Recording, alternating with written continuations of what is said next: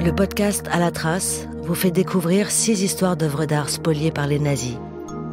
Ce qu'il faut savoir, c'est que les 2 œuvres, après être passées par le Central Collecting-Point de Munich, ont été rapatriées en France par ce qu'on appelle le 14e convoi.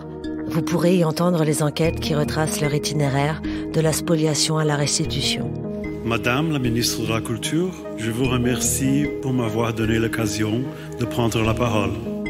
L'œuvre d'art n'est plus seulement un objet d'étude ou de contemplation, elle est porteuse de l'histoire de ses propriétaires, les familles juives persécutées.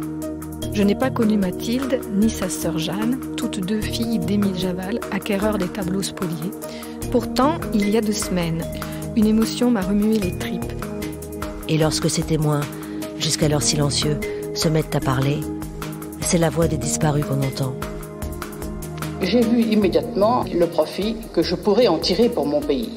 Savoir ce qui se passait à l'intérieur de ce service, où arrivaient les œuvres d'art qui étaient confisquées aux collections juives principalement.